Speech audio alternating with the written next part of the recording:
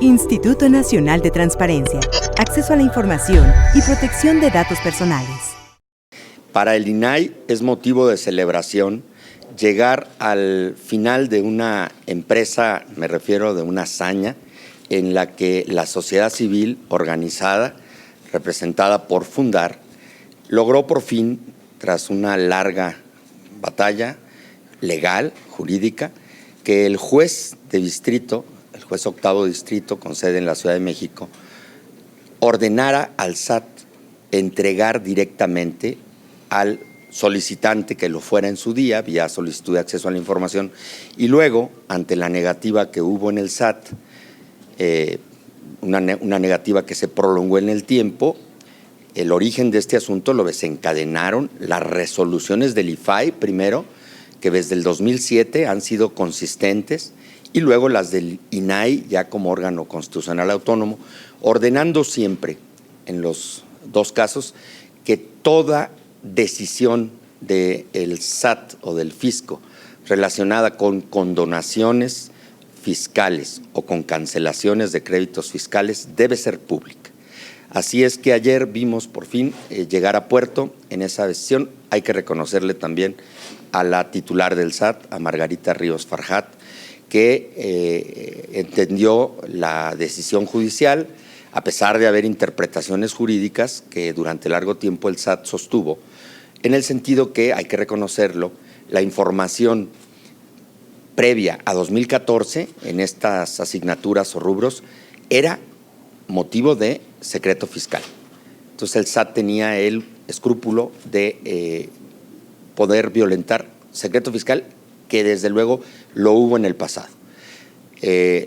Ustedes son quienes podrán entender las dimensiones de esto. Es importante, más allá de cifras y montos, dos cosas. Se despeja por fin que no es motivo de misterio que se conozcan los nombres de los beneficiarios de estos privilegios fiscales, así como se pueden conocer los nombres del beneficiario de una beca o de una despensa o de una ayuda económica por la vía de los programas sociales asistenciales, pues con mayor razón se debe conocer cuando, por una razón discrecional que tenía el SAT o que adoptaba el SAT. Lo digo en pasado ya, porque ya sabemos que el presidente de la República ha dispuesto, y ya es motivo de una reforma legal, que ya no haya lugar a las condonaciones fiscales.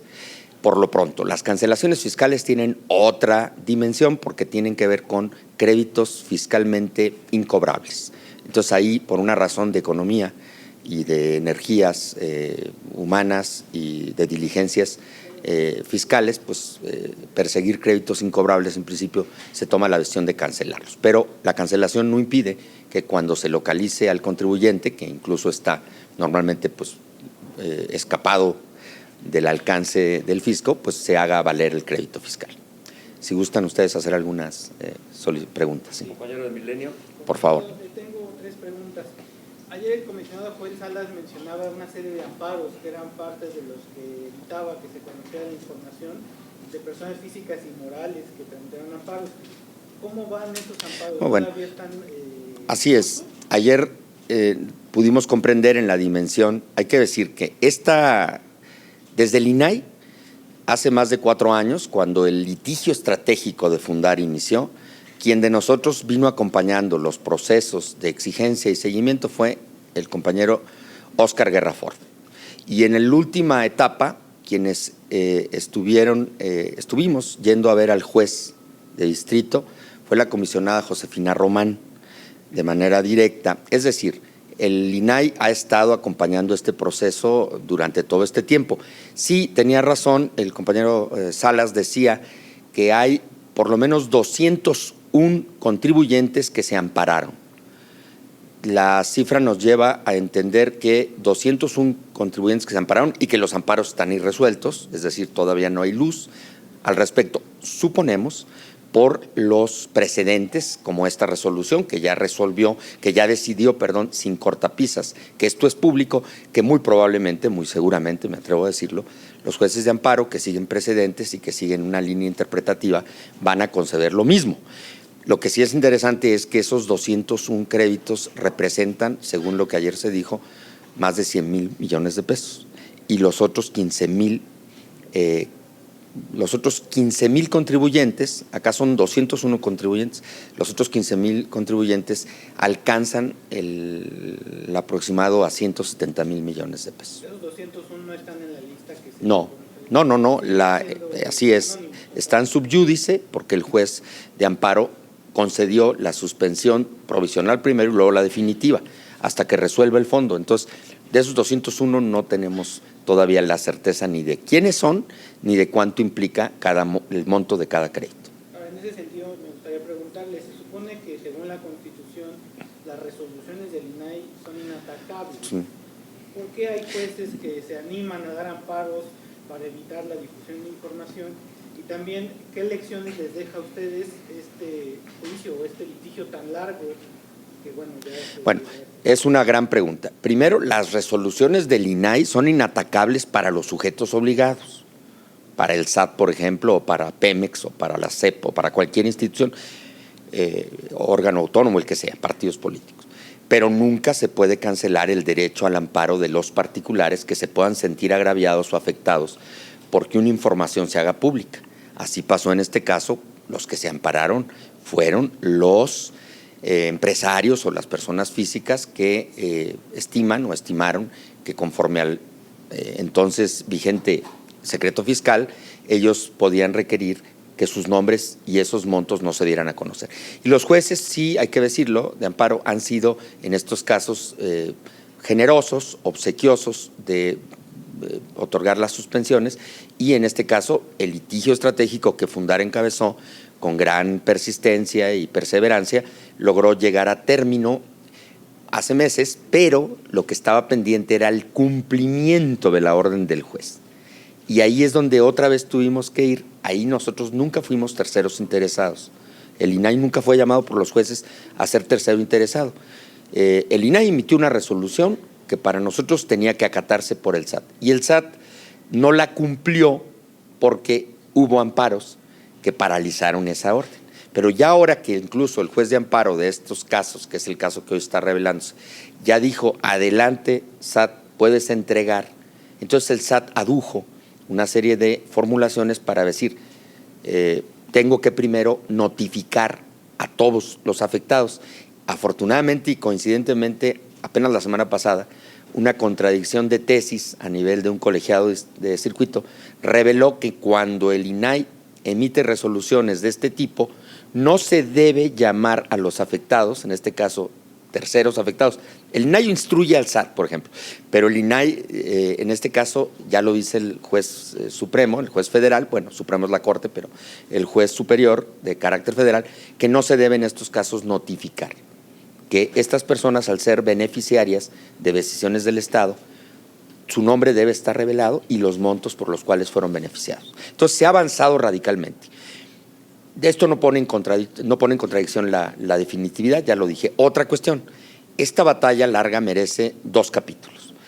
Fundar, y no solo Fundar, otras muchas organizaciones de la sociedad civil, sin necesariamente haber interpuesto amparos o haber dado seguimiento a solicitudes concretas, exigieron y exigimos como académicos muchos antes de llegar al INAI que se modificara el Código Fiscal de la Federación para que dejara de ser secreto fiscal esta información. Entonces, primero fue una batalla legislativa y luego viene la batalla jurisdiccional, que es la que estamos hoy celebrando, reconociendo a Fundar su empeño, su tesón y su persistencia, reconociendo a los jueces de amparo por haber llegado a puerto, sí, venciendo una serie de interpretaciones que en el tiempo no eran sencillas y que se consideraron hasta un tabú. Por eso el misterio que rodeaba la reserva de créditos fiscales. Y segundo, reconociendo también al SAT, porque incluso facilitó las cosas. Ya una vez que hubo despejado el tema de la imposibilidad o que no había de ellos una responsabilidad colateral, ellos entregaron en datos abiertos la información, lo cual hizo posible que ayer mismo el propio Fundar la subiera de inmediato a su página y que todos, pues como lo podemos saber, pudieran ya la sociedad en su conjunto, en la medida en la que lo desee, pues investigar directamente y ahí ya conocer los detalles de esto. Una pregunta más, compañeros, por favor. ¿Tendrá el dato de cuántas, Hatsiri Magallanes de MBS, tendrá el dato de cuántas solicitudes de información en torno a condonaciones más o menos ha recibido el INAI? El INAI no ha recibido las solicitudes porque hay que recordar que el INAI solo recibe los recursos. Nosotros como Pleno hemos recibido 47 resoluciones desde que llegamos nosotros y las 47 veces hemos dicho ábrase. Las solicitudes, que son miles, porque este es un asunto que las vamos a subir al ratito en la página para no equivocarme aquí con las cifras, pero estoy hablando de un número muy grande porque este es un asunto que ya lo dije, de largo ha sido exigido. Entonces, las solicitudes se enderezaron ante el SAT y desde el 2007 para acá hay noticias de solicitudes, pero incluso las hay anteriores. Entre 2003, que inició la Ley Federal de Transparencia, que fue la que dio origen a solicitudes, y entre 2003 y 2007, pues allá hay un lapso que también es motivo de eventual reclamación. Ahora veremos, en este caso, si hay solicitudes, que seguro las habrá, probablemente las podrá ver, una vez que se ha visto esto, para que se tenga el hemisferio completo de todas las solicitudes que desde el primer momento pudiera haber habido o haya en relación ahora sí a 2003-2019. Compañeros, muchas Entonces, gracias. 47, ¿de qué periodo son? 2014 para acá, que es el pleno del INAI que está en la integración a la que pertenezco. Muchas gracias. ¿Otro caso tan largo como este, de otro tema?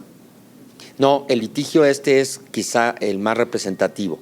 Hay otros litigios, precisamente habrá una publicación que recogerá comentarios de importantes analistas para ver casos en los que ha habido juicios de amparo que han detenido resoluciones del INAI. Hay casos representativos, uno de ellos es Odebrecht, que ustedes han conocido ya. Instituto Nacional de Transparencia, Acceso a la Información y Protección de Datos Personales.